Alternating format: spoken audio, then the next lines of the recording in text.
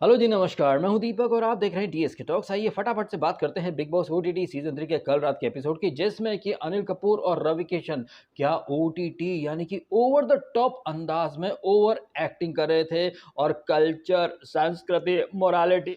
वैसे अनिल कपूर और रवि किशन की जो ओवर द टॉप एक्टिंग थी उस पर चर्चा करें। मेकर्स की जो प्लानिंग थी, गीला कचरा बाहर फेंक दिया, सूखा कचरा जो कि मुंबई की गलियों में पिट पिट के बिग बॉस तक पहुंच गया। मतलब आ हा हा, कैसे कैसे लोग बिग बॉस में आकर के सेलिब्रिटी बन जाते हैं, उनके ऊपर हम चर्चा करें। उसके पहले आज के इस ऐतिहासिक ब्लॉग की जो शुरुआत है वो हम कुछ गानों से करना चाहेंगे। तो जो पहला गाना हम प्रस्तुत कर रहे हैं मित्रों, ये गाना जो है वो पिक्चराइज हुआ है सारा अली खान की मम्मी और सोनम कपूर के पप्पा के ऊपर। गाने के जो बोल हैं कुछ ऐसे हैं कि प्यार बिना चैन कहरे, प्यार बिना चैन कहरे, सुन नहीं चांदी नहीं यार तो मिला, अरे प्यार करे ले। अब ये जो गाना था बेहद खूबसूरत गाना था, बहुत ही खूबसूरत पिक्चराइजेशन भी था। लेकिन यही अनिल कपूर एक और गाना जो है उसमें भी आते हैं, और वो गाना क्या है, मैं माल गड़े तो धक्का लगा, गर्म हो गया है इंजन, तू ड्राइवर बन जा। तो ये जो गाना था ये कितना डबल मीनिंग और वल्गैरिटी से भरा था, ये आपको अब समझ में आ रहा होगा। और यही अनिल कपूर जो है वो कल संस्कृति, भाषा और दुनियादारी के ऊपर 1760 प्रवचन दे रहे थे, और उनका साथ दे रहे थे वो बाबू, ओ बाबू, अरे बाबू जिंदगी झंडवा बाबू, अरे फिर भी घमंडवा। ये रवि किशन जो कि शिवानी कुमार को ज्ञान देने के लिए भाषा, कल्चर, संस्कृति के ऊपर ज्ञान देने आए थे रवि किशन। ये वही रवि किशन है मित्रों जो कि भोजपुरी में डबल मीनिंग, वल्गैरिटी, अश्लीलता से भरी फिल्में बनाते थे। ये रवि किशन जो कि कल भाषा, मर्यादा, संस्कृति, कल्चर की दुहाई दे रहे थे। इनके खुद के गानों में कैसे लिरिक्स होते हैं, अरे लहंगा उठा दे रिमोट से, तू तो लहंगा उठा दे रिमोट से। अब ये बात किसी से छुपी है तो नहीं कि रवि किशन या फिर भोजपुरी के जितने भी सो कॉल्ड स्टार्स हैं वो भर भर के डबल मीनिंग गाने, भर भर के वल्गैरिटी को प्रमोट करते रहे हैं। लहंगा उठा दे रिमोट से, क्या इस तरह के वर्ड्स, इस तरह के लिरिक्स हमारे कल्चर, सभ्यता, संस्कृति का मतलब ब्रांड एम्बेसडर बनते हैं क्या? तो आप देख लीजिए कैसे 100 चूहे खा करके बिल्ली हज को चलने वाली एक्टिंग कर रहे थे अनिल कपूर। माल कड़ी तो धक्का लगा ओ। और आप आश्चर्य देखिए कि ये वो अनिल कपूर हैं जो कि फर्स्ट वीकेंड का वार में शिवानी कुमार के वकील बन गए थे। जब उसकी भाषा, लहजे, जो लट्ठमार अंदाज में वो बोलती है, तब अनिल कपूर बोले थे कि देखो हमारे देश में तो कई तरह की भाषा बोली जाती है, तो ऐसा है कि भैया इसकी भाषा जो है वो इसकी यूएसपी है, इसकी भाषा लोगों को बहुत पसंद आ रही है। और मैंने अपने रिव्यूज में कहा था कि पहले तो मेकर जो वो खुद इन चीजों को प्रमोट करेंगे, फिर जब सीजन का क्लाइमेक्स आएगा या फिर सीजन अपने बिजनेस एंड की तरफ बढ़ेगा तब यही लोग, अरे भाई ये गलत था, अरे भाई वो गलत था, नहीं नहीं नहीं ये लिमिट के बाहर जा रहा है, पहले खुद एनकरेज करेंगे। जैसे आपको याद है ना वो बिग बॉस चौदह की आप तो दिखते ही नहीं हो, आप तो दिखते ही नहीं हो, या फिर उसके पहले के सीजन में राखी सावंत हो, या फिर वो बिग बॉस 12 में मम्मा का शेर बच्चा, मिस मी इवलिन मसला हो गया। इस तरह का जो गंद पदार्थ रहता है मेकर्स खुद एनकरेज करते हैं, ग्रीन सिग्नल देते हैं, फिर बाद में फिर यही मेकर जो है वो मतलब कहीं न कहीं वो मोरालिटी के मसीहा बनकर के खड़े हो जाते हैं। मैं सही बता रहा हूँ, रवि किशन जिस तरह से भाषा, मर्यादा, संस्कृति के ऊपर लेक्चर दे रहा था, मेरे को बड़ी हँसी आ रही थी कि बाप रे बाप! देखो सूप बोले तो बोले, छलनी क्या बोले जिसमें खुद पचासों छेद। और सबसे ज़्यादा आश्चर्य और मज़े की बात देखिए मित्रों कि चाहे वो अनिल कपूर हो जो कि पिछले 3 वीकेंड से एक ही पीपड़ी बजा रहे हैं, और सलमान खान तो हर बार ये पीपड़ी बजाता है, और बिग बॉस खुद ये पीपड़ी बार-बार बजाता है कि भाई साहब आप फेक मत रहिए।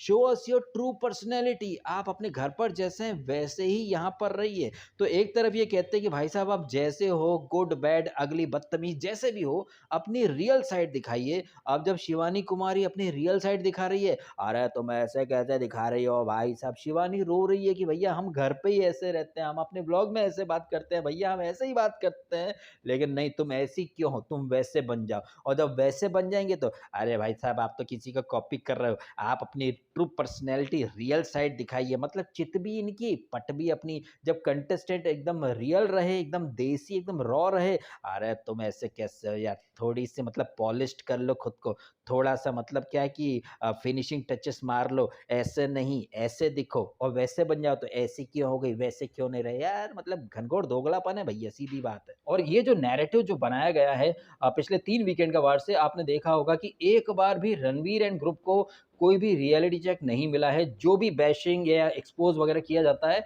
वो मादा मकबूल को, विशाल को, लवकेश कटारिया जो कि लवड़केश कटारिया है। और कल जिस तरह से विशाल के पेरेंट्स आए, उससे एक चीज़ तो एस्टैब्लिश हो गई है कि यहाँ पर मेन कल्प्रिट जो है वो लवड़केश कटारिया ही है। अगर वो वहाँ पर बोलता कि नहीं भैया इस तरह से नहीं बोला है, तो भाई ये मुद्दा मतलब एक मुद्दा जो पिछले वीक हुआ था उसे अब तक ड्रैग किया जा रहा है। एक छोटा-सा मुद्दा पिछले आई थिंक 7-8 दिनों से सेंटर ऑफ अट्रैक्शन बना हुआ पूरा सीज़न जो है वो उस मुद्दे के ऊपर खींचा जा रहा है। तो क्या उस मुद्दे को हम टीआरपी किंग बोल सकते हैं? क्योंकि ऐसे बहुत सारे लोग होते हैं जो अक्सर एक पीपीटी बजा देते हैं कि उनका फेवरेट जो है वो टीआरपी किंग है, फलानी टीआरपी क्वीन है, show is revolving around that particular XYZ contestant. जैसे कि बिग बॉस 16 में शालीन और टीना दत्ता मिस ब्रांड के ऊपर प्रोमो करते थे, तो उनके फैन्स आते थे, "अरे! Show is revolving around Shalin and Tina Dutta, Shalin and Tina running the whole show." तो क्या हम बोल सकते हैं कि Vishal Pandey is running the whole show? Because सारा जब पिछले 8-10 दिनों से जो कुछ चल रहा है, वो विशाल के इर्द-गिर्द ही चल रहा है। इनफैक्ट विशाल के कंधे पर बंदूक रख कर के वो चंद्रिका कुमार तुंगा अपनी रोटियाँ सेक रही थी, और जब इन मैडम का जो डर्टी गेम प्लान था, जो नौटंकी थी, उसे एक्सपोज़ किया गया, तो कल रात के एपिसोड में ये मैडम कान पकड़ के, "देख मेरे को ऐसा नहीं था, मैं तो ये सोच रही थी तू लड़कियों की रिस्पेक्ट।" यार ये लड़कियों की रिस्पेक्ट की पीपड़ी बजाने ये लोग कब बंद करेंगे? जब ये जो फीमेल कंटेस्टेंट आती है ना, इनको कुछ नहीं मिलता है तो गर्ल्स की रिस्पेक्ट करो, गर्ल्स की रिस्पेक्ट करो, ये इस बारे में ज्ञान हर कोई देता है, बट व्हाट अबाउट मेंस यार? पुरुषों की रिस्पेक्ट करो साला नहीं, ये हमने क्या बोल दिया? महिला आयोग हो सकता है, महिला कमीशन हो सकता है, पुरुष कमीशन मतलब उसकी क्या ज़रूरत है? पुरुष तो हमेशा ही गलत होता है, womens are always innocent until proven guilty, but men are always guilty until proven innocent. तो ये जो एक जो स्त्री कार्ड ये लोग खेल लेती है ना, गर्ल्स की रिस्पेक्ट करो, हैं गर्ल्स की रिस्पेक्ट करो, तो रिस्पेक्ट का मतलब क्या है? हाथ जोड़ के खड़े हो जाएँ, आओ जाओ ट्रॉफी लेकर के चली जाओ, हम तो मेल्स हैं, हमारा क्या है? तो ये जो एक नैरेटिव ये लोग बनाते हैं, इस नैरेटिव को काउंटर करने वाला कोई होना चाहिए, लेकिन कोई होता है नहीं वहाँ पर। एनीवेज़ ये वड़ा पाव वाली तो ख़ैर बाद में माफ़ी माँगती है। पहले वो शिवानी की भाषा, मर्यादा, कल्चर इसके ऊपर 1760 तरह की ज्ञान देने के लिए वो रवि किशन को बुलाया जाता, जो लहंगा उठा दे रिमोट से की पीपड़ी बजाया करता था। तो वहाँ पर इनकी भर-भर के नौटंकी देखने को मिली। उसके बाद आप देखिए रवि किशन की तरह बाहर से इसके विशाल के पेरेंट्स को बुलाया जाता है। इस बार का ये जो बिग बॉस ओटीटी का जो सीज़न है, इसमें अंदर कंटेंट मतलब इतना नील-बटे सन्नाटा हो चुका है कि लोग बाहर से लोगों को ला-ला करके कंटेंट दिलवा रहे हैं। आपने देखा कि पहले वीक में वो पलोमी के बाहर का इंटरव्यू दिखाया गया था कि वड़ा पाव वाली नौटंकी है, ऐसा-वैसा, तब वहाँ पर मुद्दा बना। पिछली वीक आपने देखा वो पायल, देखो ऐसे ही आपने कृतिका के बारे में ऐसे बोला था, वो गिल्टी गिल्टी, उसके ऊपर मतलब ऐसा मचान चल रहा है कि अब तक खत्म नहीं हो रहा है। और कल आपने देखा कि बाहर से पहले रवि किशन हुआ, उसके बाद ये आ जाती हैं क्या ये विशाल के पेरेंट्स। विशाल के पेरेंट्स जब आते हैं तो माहौल अपने आप कभी खुशी कभी गम वाला हो जाता है, मतलब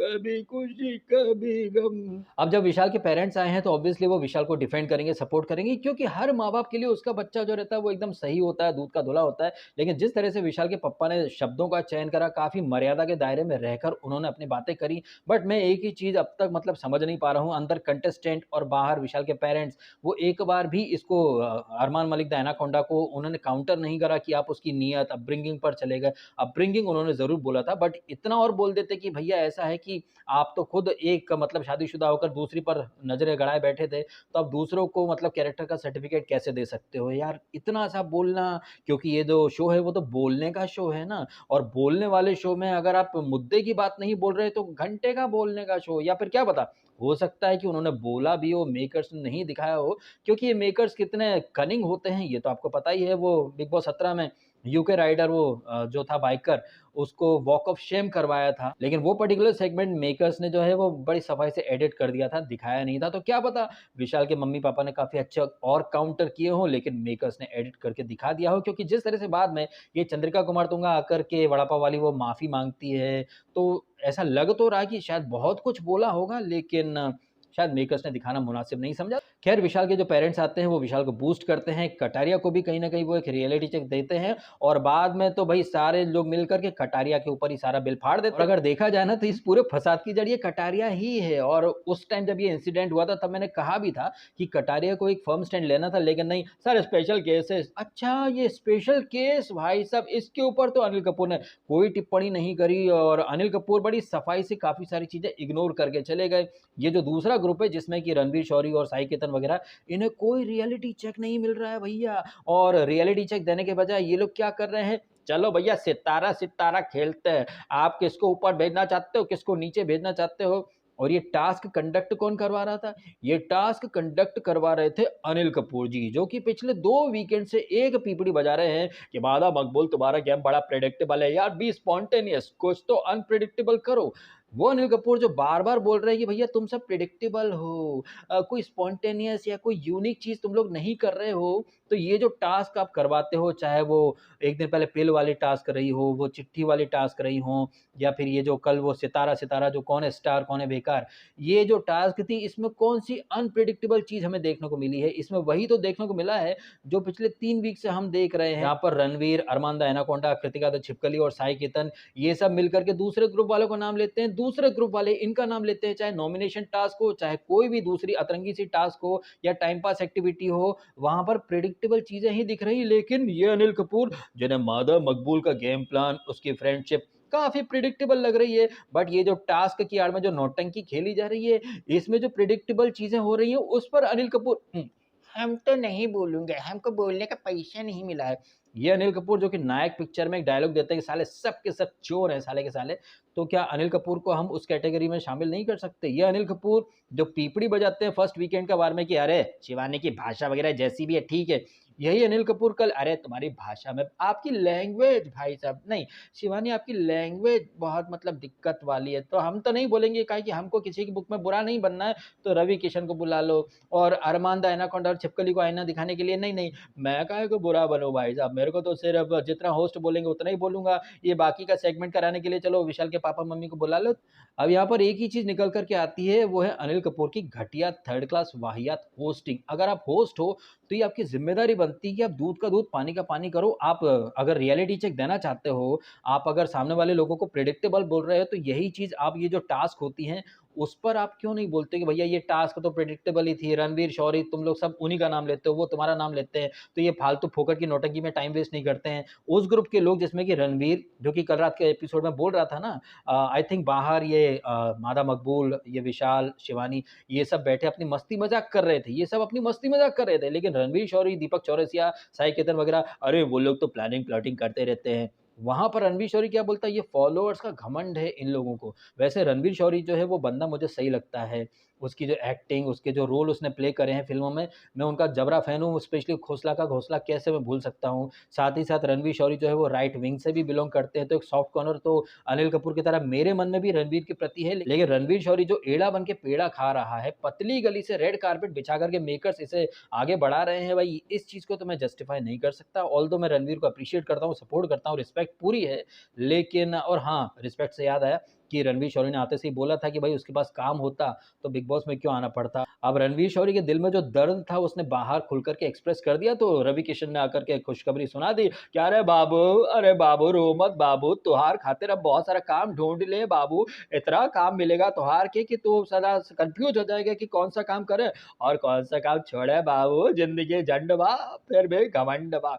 तो रणवीर शौरी को ऑल द बेस्ट बोलना चाहेंगे आगे आने वाले प्रोजेक्ट के लिए, लेकिन जिस तरह से रणवीर शौरी एक गलत संगत में हैं और एक गलत थॉट प्रोसेस लेकर के चल रहे हैं कि सामने कटारिया, विशाल, मादा मकबूल, शिवानी ये घटिया लोग हैं और वो लोग जो है वो आपकी तरह बिचिंग या प्लानिंग नहीं करते हैं, वो मस्ती मज़ाक, एक दूसरे की टाँग खींचना, लेग पुलिंग ये करते हैं। प्लानिंग प्लॉटिंग तो आपके ग्रुप में होती, जैसे कि रणवीर शौरी को ये तो दिख गया कि भई कटारिया और ये जो है इनके फॉलोअर्स ज़्यादा हैं। वैसे पिछले सीज़न में फॉलोअर्स कार्ड इसने पूजा भट्ट ने भी खेला था। आज के इन्फ्लुएंसर, सोशल मीडिया वाले फॉलोअर्स का घमंड लेके चल रहे हैं, लेकिन उस पूजा भट्ट की जो छोटी बहन है आलिया भट्ट, उसके फॉलोअर्स तो सबसे ज़्यादा है, वहाँ पर पूजा भट्ट कुछ नहीं बोली। उसी तरह से रणवीर शौरी का गजब दोगलापन देखिए कि रणवीर शौरी को कटारिया के या विशाल के फॉलोअर्स तो दिख रहे हैं, लेकिन इन्हीं रणवीर शौरी को ये जो मलिक फैमिली जो व्लॉग बनाती है, ऑब्वियसली इनके भी मिलियंस में फॉलोअर्स, सब्सक्राइबर्स होंगे। तो ये जो फॉलोअर्स वाला जो लॉजिक है, क्या ये लॉजिक एनाकोंडा और छिपकली मलिक पर अप्लाई नहीं होता? क्या ये छिपकली मलिक जो आई थिंक वो सितारा स्टार वाली टास्क में किसी के लिए तो बोल रही थी कि इनके कोई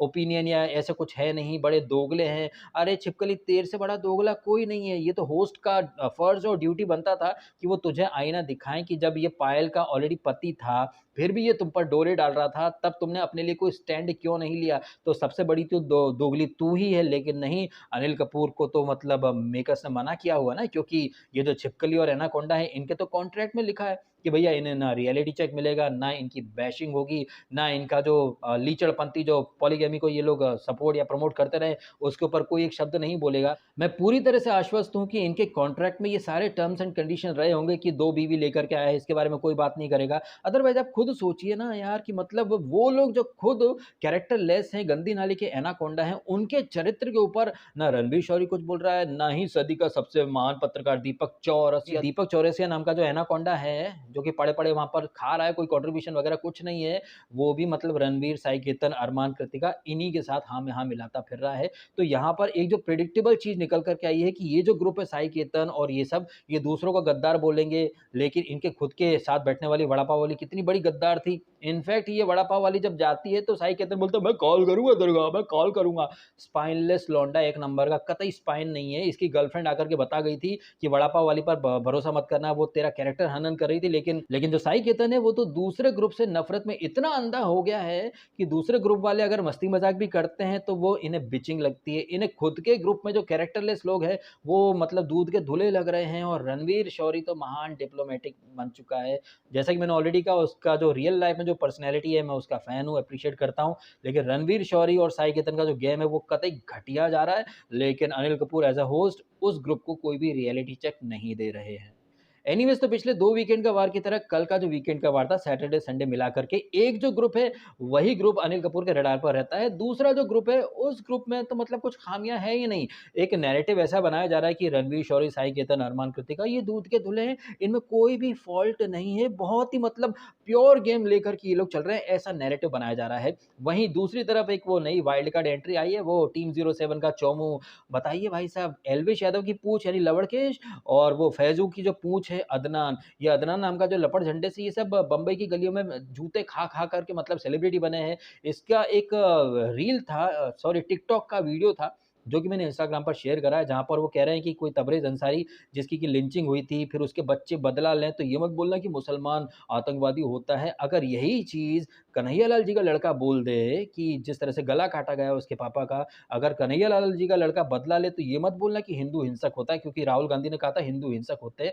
तो वो रील जो है इसकी जिहादियों की वो मैंने डाली हुई है। ऐसे जिहादी पिछले सीज़न का मुन्नी बदनाम, इस बार ये टीम 07 के ये लीचड़ पदार्थ धारावी की गलियों में पिटने वाले ये सेलिब्रिटी बन चुके हैं। और आई थिंक इसका अदनान ने बोला भी स्टेज के ऊपर कि इसका और एल्विश का एक पंगा चल रहा है। तो देखते हैं भाई साहब, ये जो पंगे की जो एक आग है ये अंदर और धधकती है या फिर मतलब जल्दी से जल्दी बुझ जाती है। वैसे भी वाइल्ड कार्ड आते हैं बड़े ज़ोर-शोर से। अरे वाइल्ड कार्ड से याद आया, पिछले सीज़न में एल्विश भी वाइल्ड कार्ड बन के आया था। इस बार ये अदनान वाइल्ड कार्ड बन के आया है। क्या लग रहा है आपको, वाइल्ड कार्ड इस बार फिर से जीतेगा? या फिर आपको भी वही लग रहा है जो धीरे-धीरे मुझे लगने लगा है, जिस तरह से नेज़ी को बहुत ही इनोसेंट, भोला-भाला, दिल का साफ मानूस, जिसके मन में किसी के प्रति कोई हेट या कोई ग्रजेस नहीं है, बहुत ही इनोसेंस वो दिखा रहा है नेज़ी। क्या नेज़ी वाक़ई में ऐसा है या फिर वो एड़ा बन के पेड़ा खा रहा है? जिस तरह से वो मकबूल से बात कर रहा था, सना सुल्तान के बारे में बात कर रहा था, देखो ऐसा है, वैसा है, मैं किसी को कुचल करके, क्रश करके आगे नहीं बढ़ूँगा, मैं दिल का ऐसा ही हूँ, लोग मेरा फ़ायदा उठाते हैं, मेरे को धोखा बहुत मिलता है, बट मैं अंदर से ऐसा हूँ, मैं फिर भी ट्रस्ट करता हूँ। क्या नेज़ी वाक़ई में ऐसा है रियल लाइफ़ में, या फिर वो शो में सिर्फ़ एक्ट कर रहा है, इनोसेंट इंसान का मतलब एड़ा बन के पेड़ा खा रहा है या नहीं, ये तो आने वाले दिनों में पता चलेगा। बट क्या आपको लग रहा है कि जिस तरह से कटारिया को बार-बार नेगेटिव लाइट में दिखाया जा रहा है और नेज़ी को बहुत ही क्यूट, इनोसेंट, क्यूट तो नहीं है झंडू है, इनोसेंस, बहुत ही भोला-भाला, दिल का बहुत साफ दिल का इंसान, इस तरह से जो उसको पोर्ट्रे कराया गया है, क्या लगता है आपको? आप कमेंट करके ज़रूर बताइएगा। और जिस तरह से शिवानी की लैंग्वेज, भाषा, इसको अनिल कपूर ने फर्स्ट वीक में डिफेंड करा, अब लैंग्वेज, मर्यादा, संस्कृति के ऊपर लेक्चर देने वो अनिल कपूर और वो रवि किशन आ गए, जो कि लहंगा उठा दे रिमोट से। इनकी जब फ़िल्मों में डबल मीनिंग, वल्गैरिटी वगैरह जब ये लोग प्रमोट करते थे, तब इनके अंदर के मोरल और ये सब कहाँ चले गए थे? ये अनिल कपूर, ये भी तो मोरालिटी के ऊपर लेक्चर देते हैं, जबकि इनकी लड़की सोनम कपूर वो एआईबी, ऑल इंडिया बकचोद के जो रेपिस्ट है, मोलेस्टर है, उन सबको डिफेंड करती फिरती है। मतलब यार ये बॉलीवुड के लोग इतने लीचड़ हैं कि अब मैं क्या ही बोलूँ इनके बारे में। एक नहीं कई सारी वजह जिसकी वजह से मुझे ये सेलिब्रिटीज़, बॉलीवुड के लोग, लुक्खे लोग कतई पसंद नहीं आते हैं और मैं अपने मन में जो होता है वो खुल कर के बोल देता हूँ। लेकिन सेलिब्रिटीज़ के जो सस्ते वकील या जो पालतू पिल्ले होते हैं, "अरे उसके बारे में ऐसा क्यों बोल रहे? अरे उसके बारे में ऐसा क्यों बोला?" अरे मेरा मन मैं कुछ भी बोलूँ, जैसे उनकी लाइफ़ वो कुछ भी कर सकते हैं। आज़ाद देश का आज़ाद नागरिक हूँ भाई, किसी का गुलाम थोड़ी ना हूँ मैं, ना ही किसी के पैरोल पर हूँ। अपनी दुनिया अपने हिसाब से जीता हूँ मैं। तो जो मेरे मन में होगा, जो मेरे दिल में होगा, वो मेरी ज़बान पर क्यों ना हो। डिप्लोमेसी का ठेका तो रणवीर शौरी या बाकी लोगों ने ले रखा है। अपन तो भाई बेबाक हैं, मुँह पर हैं, जो दिल में है वो ज़बान पर है। और शायद यही एक वजह है कि मेरे सब्सक्राइबर नहीं बढ़ते हैं, क्योंकि मेरे ओपिनियन काफ़ी ब्लंट होते हैं, काफ़ी अनपॉपुलर होते हैं और लोगों को तो पॉपुलर ओपिनियन सुनने की आदत है। वो तो मीठा-मीठा सुनना चाहते हैं। शुगर कोटिंग भई बाकी जगह होती है, अपने यहाँ नहीं होती। लवकेश कटारिया जब सही गया तो लवकेश कटारिया बोल दिया, जहाँ वो गलत है वहाँ लवड़केश कटारिया। डाकू सना सुल्ताना जब वो गलत रहती वो एक्चुअली में गलत है, बट जहाँ पर वो अच्छी थी, जैसे कि शिवानी को उसने दुपट्टा उड़ाया था तो हमने उसे सना सुल्ताना बोला। वहीं साई केतन या रणवीर शौरी जो कि एक टाइम पर अच्छे लग रहे थे, अच्छे जा रहे थे, लेकिन अब कतई दोगलापन और कतई मतलब डबल स्टैंडर्ड लेकर वो चल रहे हैं। लेकिन अनिल कपूर उन्हें कोई रियलिटी चेक नहीं दे रहे। लेकिन आप बेशर्मी देखिए और दोगलापन देखिए शो के होस्ट अनिल कपूर का, जो कि फर्स्ट वीकेंड का बार में आकर के बोलते हैं, देखो आप में से कुछ लोगों को मैं जानता हूँ, लेकिन इसका मतलब ये नहीं कि मैं उनके प्रति सॉफ्ट हो जाऊँगा। मेरे लिए आप सब समान हो। अगर सब लोग समान हैं अनिल कपूर जी आपके लिए, तो आप सबको इक्वल रियलिटी चेक क्यों नहीं देते हो? थ्रू आउट द वीक बड़ी-बड़ी घटनाएँ होती, चक्की चलाने से लेकर के वो रूल ब्रेक पर हाथ खड़े करने, मतलब आपने उन सारी चीज़ों को इग्नोर कर दिया और फिर बाद में आपने वीकेंड के ठीक पहले चिट्ठी-पत्री लिखवाने की परंपरा शुरू कर दी और बस उसी को पकड़ लिया। मतलब बड़े-बड़े काफ़ी इंटरेस्टिंग मुद्दे थे जिन पर काफ़ी डिस्कशन हो सकता था। उन सारी चीज़ों को जो है वो मतलब कारपेट के नीचे दफ़न कर दिया और बस खड़े हो गए, चलो ठीक है संस्कृति, मोरल, कल्चर। तो ये दोगलापन अनिल कपूर का, ये जो OTT over the top acting थी रवि किशन के बाबू, अरे बाबू! ये सब पब्लिक को बेवकूफ़ बनाने की निंजा टेक्निक थी। और जो गीला कचरा है वड़ा पाव वाली, वैसे ही जो वड़ा पाव वाली का जो एलिमिनेशन है ना, इस एलिमिनेशन की टाइमिंग देखिए मित्रों, एक तरफ मुंबई में अंबानीज़ की वेडिंग चल रही है और भई खाने-पीने के स्टॉल तो लगेंगे, तो जियो की जो टीम है उन्होंने अंबानीज़ को बोला होगा, "सर ऐसा है कि आप बाहर से किसी वड़ा पाव वाले को, भजिया वाले को मत बुलाओ। अपने पास ऑलरेडी दिल्ली से स्पेशल वड़ा पाव वाली बुलवाई है और अपन उसको ऑलरेडी पैसे भी दे चुके हैं, तो आपको दोबारा पैसे देने की ज़रूरत नहीं पड़ेगी। साथ ही साथ क्या है कि वो नौटंकी भी कर सकती है वड़ा पाव बेचने के साथ-साथ, आइटम डांसर भी है, हाँ, हाँ, हाँ। लेकिन हार्ट पेशेंट है, वो चीखना-चिल्लाना नहीं जानती है। बहुत ही पोलाइटली और बहुत ही इनोसेंस के साथ बात करती है। तो प्लीज़ ज़्यादा शोर-शराबा उसके आस-पास मत कीजिएगा, क्योंकि वो हार्ट पेशेंट है। तो ये हार्ट पेशेंट अपनी जगुआर में बैठ कर के अंबानीज़ के यहाँ चली गई वड़ा पाव बेचने के लिए, बिग बॉस के घर से बाहर निकल कर, और एक जो चोमू पदार्थ है फैज़ू की जो पूँछ है, उसे अंदर फेंक दिया मेकर्स ने नए वाइल्ड कार्ड के रूप में। अब देखते हैं ये वाइल्ड कार्ड कितना दमदार होता है, कितना दमदार नहीं होता है। आपके क्या है ओपिनियन इन सारी बातों के बारे में? कमेंट करके अवश्य बताइएगा। फिलहाल आपने समय निकाला, वीडियो देखा, आपका बहुत-बहुत धन्यवाद। Thank you so much.